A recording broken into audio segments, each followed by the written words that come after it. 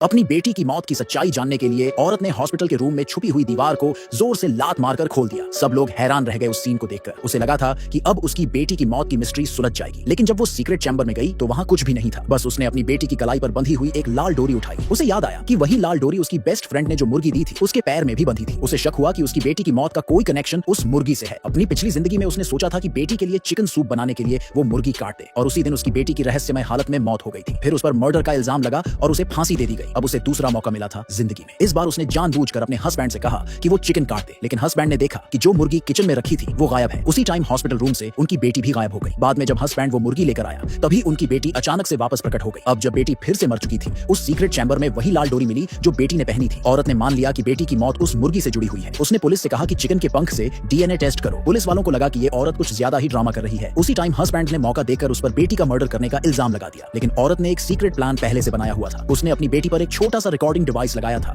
जो 3 घंटे तक सब कुछ रिकॉर्ड कर सकता था। पुलिस ने तुरंत हॉस्पिटल रूम की तलाशी ली। हस्बैंड और उसका आदमी बोले कि औरत बस बहाना बना रही है खुद को बचाने के लिए, लेकिन औरत ने अपना फोन चेक किया और देखा कि ट्रैकर अभी भी हॉस्पिटल रूम के अंदर एक्टिव है। फिर सब लोग उस बीप की आवाज को फॉलो करते हुए उस डिवाइस तक पहुंचे। अंत में ट्रैकर चिकन सूप के अंदर मिला, लेकिन वो वाटर डैमेज हो चुका था। जब तक उसे ठीक नहीं किया जाता पुलिस असली कातिल का पता नहीं लगा सकती थी। तभी कुछ नर्सेस अंदर आईं और उन्होंने कहा कि उन्होंने अपनी आंखों से औरत को चाकू लेकर रूम में जाते देखा था। अब गवाह भी थे और सबूत भी, तो केस पूरा हो गया। पुलिस ने शुरू में यही माना कि औरत ही मर्डरर है, लेकिन औरत ने साफ इनकार कर दिया। उसे लगा सबूत ऐसे रखे गए हैं ताकि उसे फंसाया जा सके। सिर्फ उसका हस्बैंड ही नहीं, उसकी बेस्ट फ्रेंड भी यही कह रही थी कि वही कातिल है। इस हालत में औरत को पुराने पल याद आए। उसे याद आया कि उसे पहले से शक था कि उसके हस्बैंड और बेस्ट फ्रेंड के बीच कुछ ज्यादा नजदीकी है, लेकिन उसने कभी उन्हें एक्सपोज नहीं किया। अब उसे यकीन नहीं हो रहा था कि दोनों मिलकर उसे ही मर्डर साबित करने में लगे हैं। औरत ने पॉइंट आउट किया कि जब उसकी बेटी की मौत हुई तब उसका हस्बैंड और बेस्ट फ्रेंड दोनों हॉस्पिटल में मौजूद थे, तो शक से वो भी बाहर नहीं हो सकते। जैसे ही पुलिस उस आदमी को थाने ले जाने वाली थी, बेस्ट फ्रेंड ने बीच में आकर सच्चाई बताने का दावा किया। उसने कहा कि औरत को मेंटल इलनेस है और इसलिए उसे याद नहीं कि उसने मर्डर किया। जब बेस्ट फ्रेंड ने उसके मेडिकल रिकॉर्ड पुलिस को दिखाए, औरत को यकीन नहीं हुआ। उसे लगा ये भी सब झूठा प्रूफ है ताकि उसे पागल साबित किया जा सके। अचानक उसकी बेटी की छोड़ी हुई एक चिट्ठी जमीन पर गिर पड़ी। उसमें लिखा था, मम्मी टाइम पर दवाई ले लेना, दिन में एक टैबलेट। लेकिन औरत को इन बातों से कोई धोखा नहीं हुआ। उसे पूरा यकीन था कि उसका हस्बैंड और बेस्ट फ्रेंड मिलकर उसे फंसा रहे हैं। तभी हॉस्पिटल रूम में उसकी बेटी की आवाज गूंजी। औरत एकदम घबरा गई और डाउट में पड़ गई। हस्बैंड ने कहा कि वो हेलुसिनेट कर रही है क्योंकि किसी और ने वो आवाज नहीं सुनी, लेकिन औरत मानने को तैयार नहीं थी कि वो बीमार है। उसे शक था कि ये कोई प्री रिकॉर्डेड वॉइस है जो हस्बैंड ने पहले से रिकॉर्ड कर रखी थी